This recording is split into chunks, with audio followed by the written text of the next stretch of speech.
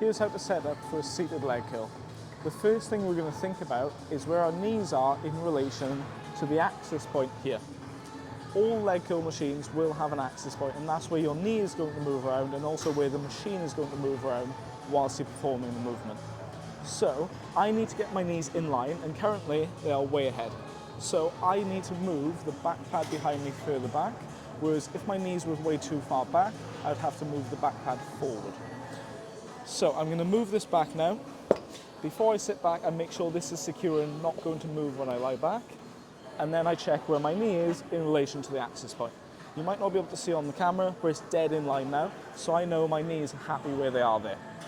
Secondly, I'm going to set up how high the leg position is when I start. So we can either start very low, which will make the range of motion of the movement quite short because I don't start in a stretched position with my hamstrings, or I can come higher with my legs straighter, make sure that's locked in.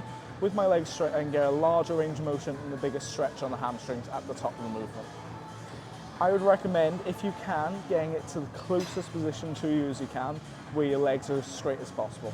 At first, if you haven't used this machine before, you might have to go one down from there just to get used to it, but it's absolutely fine to do that and then move on in the future. Once you've set that though, we are going to change where our feet are. So I want this pad on the back of my Achilles here.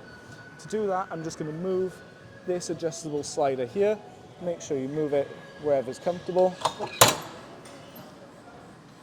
That's on the back of my Achilles. And then finally, I'm going to lock this thigh pad into place so that I can't move my thighs and my hips whilst I'm bending my knees during the movement. So I'm going to shift my hips back.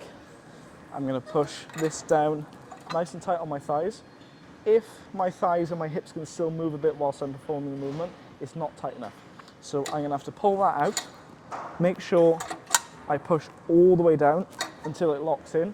It will feel uncomfortable, but you're meant to be locked in place and not able to move anything but your knee here. From there, I make sure that's secure and I can perform my movement.